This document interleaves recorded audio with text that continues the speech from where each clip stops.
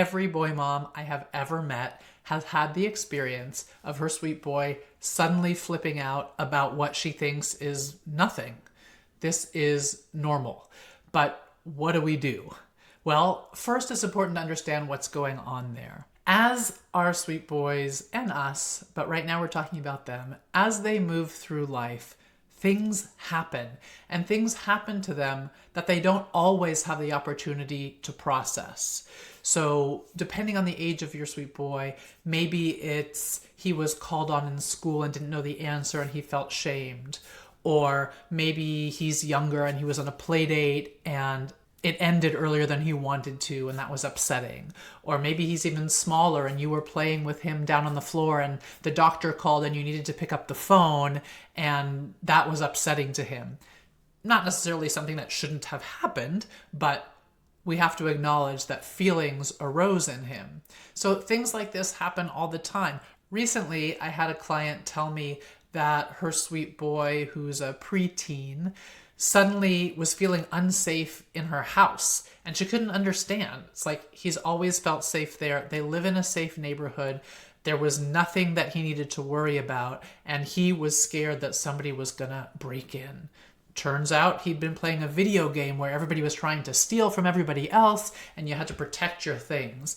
And this had bled out into anxiety in his own life. She didn't have that information at the time, and so that felt a little bit off. What is going on here? So we don't always know what these things are that happen in our sweet boys' lives, especially if they're out at daycare or preschool or regular school or out with their friends. We're not privy to everything that goes on in their lives, but we can trust, and you can trust, that things don't always go their way, and oftentimes they are trying to hold in their feelings to keep composure and man up, if you will, from a very young age, and that can be problematic. And then what happens is when something little happens, like you cut the peanut butter and jelly sandwich, if you do peanut butter and jelly sandwiches, corner to corner instead of in squares, he can't deal with it and has a huge cry, gets really angry. Okay, you don't have the blue cup clean, so you give him the green cup and he doesn't like that. We've all been privy or present for experiences like this with our kids. It happens to all of us. And like I said, at different ages, it looks different, but oftentimes it happens that something that to us seems ridiculous is a big trigger for them and evokes a big emotional response that to us feels disproportionate to whatever the situation is. Even if for us it feels like these upsets are just for no reason, it's important to remember that, like I said, they're moving through their day, they're amassing all of these upsets, they're trying to hold things in, and then something little happens, like the sandwich gets cut the wrong way and the floodgates open. So if you can remember that it's not really about the sandwich, it's about something much deeper, you're going to be able to much better access empathy for your sweet boy as you help him through. What you don't do in these moments is probably more important than what you do. Let me explain. We tend to judge, which I understand, because if our kid is having a peanut butter and jelly sandwich and it's going to taste exactly the same regardless of how it's cut, we don't understand why it matters. It's not logical, but feelings aren't logical. So it's important for us to remember that when our sweet boy is having feelings, we need to not judge them, but just be present for them. What seems like no big deal for us is obviously a very big deal for him, and we want to respect that. I also want you to avoid trying to talk him out of his emotions. So things like, it's okay, or you don't need to be upset, or stop crying, you're gonna be fine.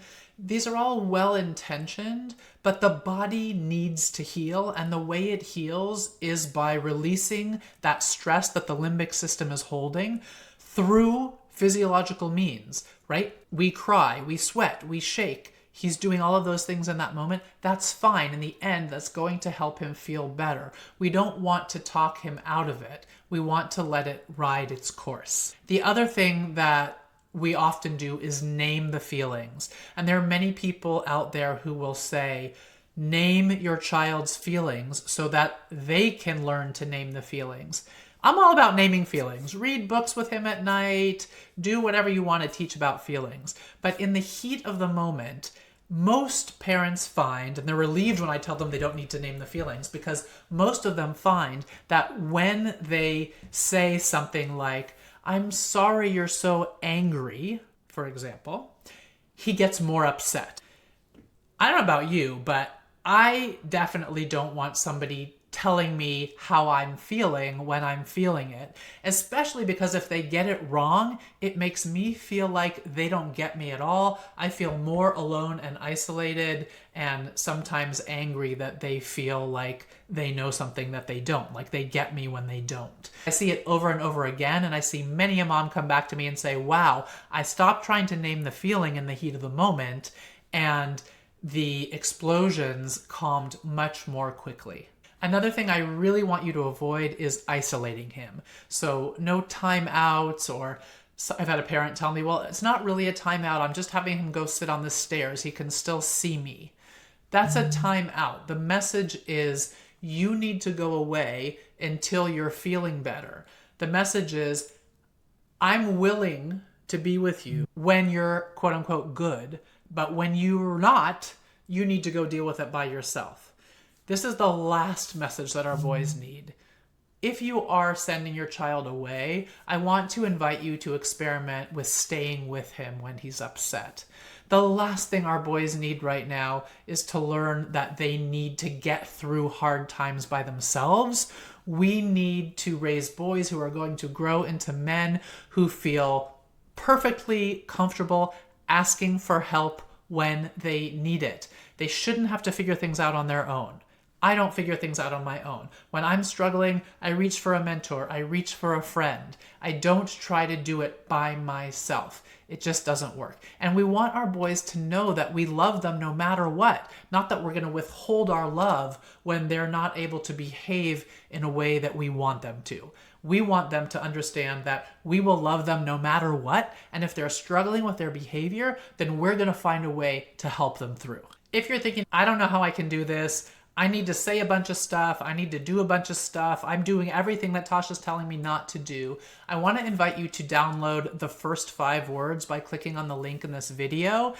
I'm going to tell you the first 5 words that you can say when your child is upset, and I will tell you how to implement them so that he calms and you stay calm and you don't fall into those traps of naming the feelings, of trying to convince him to feel differently, all the things that I just talked about not doing. When you're able to stay with your sweet boy when he's upset and he feels safe with you, he becomes much more emotionally intelligent, much more able to process his feeling. So imagine how things could shift if you mastered the skill of listening to the upset and staying with him when he's upset. I really want you to start thinking about these moments like opportunities. They're not problems, they're opportunities. They're opportunities to be there for your sweet boy, to deepen your connection with him, to show him that you love him, that you believe in him, that you're not scared of him, that you're not worried about him or for his future,